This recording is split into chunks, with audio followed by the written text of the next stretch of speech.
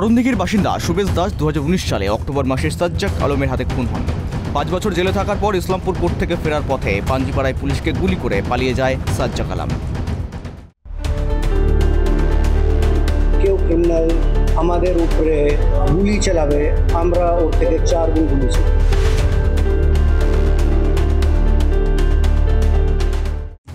25 বছর বয়সেই সাজ্জাকের ক্রিমিনাল রেকর্ডের লম্বা তালিকা। করণদিঘি থানার ছোট সুহার এলাকার ত্রাস ছিল এই সাজ্জাক। তার ভয়ে কেউ মুখ খুলতে পারতেন না এলাকায়, এমনটাই উঠে আসছে চাঞ্চল্যকর তথ্য। অবশেষে যেভাবে ফিল্মি কায়দায় পুলিশকে গুলি করে ফেরার হয়ে যায় সাজ্জাক, তাতেই ক্রমে আতঙ্ক আরও বাড়তে থাকে করণদিঘির ওই এলাকায়। এমনকি তার সাগরেদ আবাল হোসেনকেও সন্দেহ করে পুলিশ। এই দুজনকে ধরার জন্য পুলিশের ঘুম উড়ে যায়।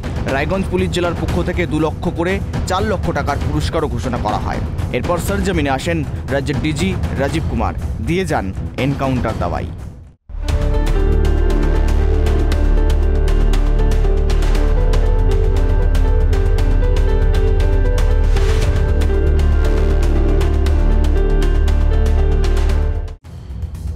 আবাল হোসেনের শ্বশুরবাড়ি গোয়ালপুকুর থানার কিচকতলা বাংলাদেশের সীমান্ত এলাকায়। পুলিশ সূত্রে খবর, এই 2 দুষ্কৃতী এই গ্রামেই লুকিয়েছিল।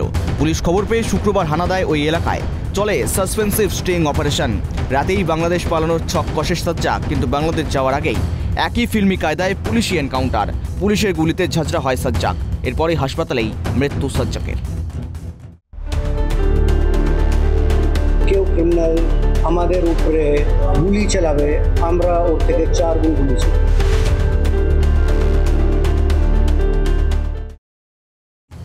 সাজ্জাকের দাওয়াই পুলিশের। এনকাউন্টারে খতম সাজ্জাক। ক্রাইম স্পট ঘিরে রাখা হয় পুলিশের তরফে। উদ্ধার হয়েছে একটি বেআইনি আগ্নেয়াস্ত্র, একটি মোবাইল, এছাড়াও নমুনা সংগ্রহ করা হয়েছে, যেগুলো সাজ্জাকের কাছে ছিল বলেই সূত্রের খবর।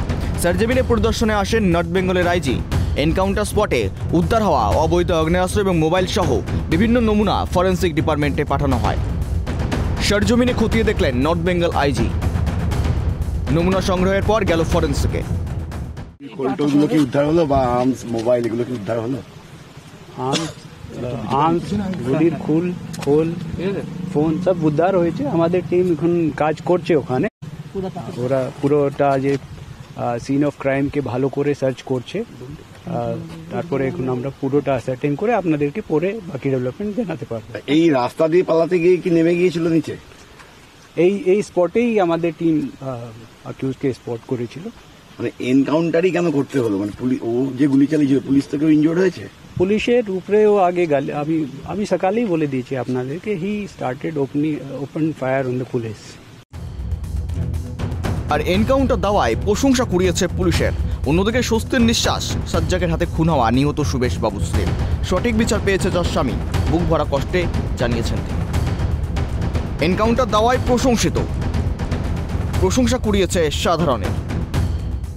আমাকে খুব ভালো লাগছে এখন, যেহেতু যেভাবে মেরেছিল সেভাবেই মরলো। আমার খুব ভালো লাগছে।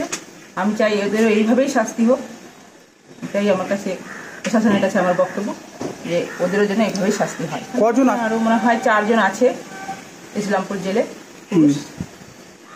মেয়ে ছেলে 2 জন ছিল, মার্জিনা আর নাদিমের বউ, ওরা তো বেল পেয়ে গেছিলো। এখন তো মার্জিনা ফেরার, আমি চাই মার্জিনাকেও এইভাবে এনকাউন্টার করা হোক, তাহলে আরও স্বস্তি পাবো, শান্তিতে থাকবো। ঘটনাটা শোনার পরে খুব আতঙ্কিত ছিলাম। তা আতঙ্কে থাকারই কথা, যেহেতু আমি একা ছেলে মেয়ে। কিন্তু এখনও সাজ্জাকের সাগরেদ আবাল হোসেন ফেরার। পুলিশ তল্লাশি অভিযান শুরু করেছে। সেই এলাকায় গা ঢাকা দিয়েছিল সাজ্জাক, সেখানেও বিশাল পুলিশ বাহিনী মোতায়েন করা হয়েছে। সাজ্জাকের সাগরেদ আব্দুলকে পাকড়াও করা এখন মূল চ্যালেঞ্জ ইসলামপুর পুলিশ জেলার। Bureau report, 5 TV Bangla.